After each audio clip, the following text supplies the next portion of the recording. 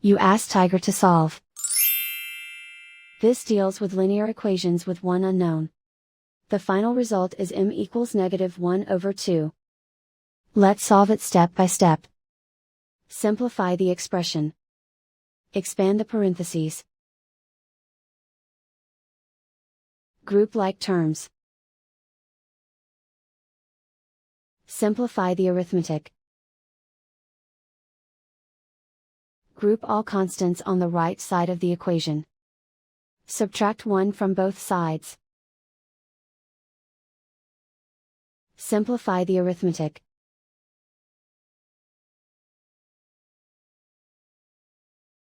Isolate the m. Divide both sides by 2. Simplify the fraction. And so the final result is m equals -1/2.